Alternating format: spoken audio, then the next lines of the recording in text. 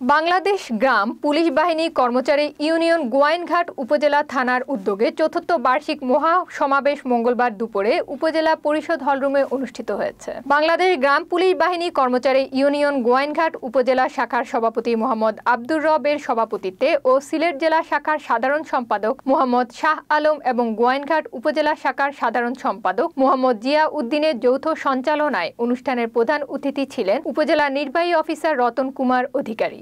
বিশেষ অতিথি হিসাবে উপস্থিত ছিলেন গোয়াইনঘাটের সহকারী কমিশনার ভূমি মোহাম্মদ সাইদুল ইসলাম, উপজেলা প্রকল্প বাস্তবায়ন কর্মকর্তা বাঁধন কান্তি সরকার এবং গ্রাম পুলিশের উপদেষ্টা সাবেক ভাইস চেয়ারম্যান মাওলানা গোলাম আম্বিয়া কয়েস। গ্রাম পুলিশরা তাদের কাজের পরিধি, সামাজিক মর্যাদা ও বেতন ভাতা সহ বিভিন্ন দাবি তুলে ধরেন। অতিথিরা বলেন, গ্রাম পুলিশরা সমাজের গুরুত্বপূর্ণ অংশ এবং তারা মানবিক জীবনযাপন করেন। তাদের ন্যায্য দাবি বাস্তবায়নে সহযোগিতার আশ্বাস দেন বক্তারা।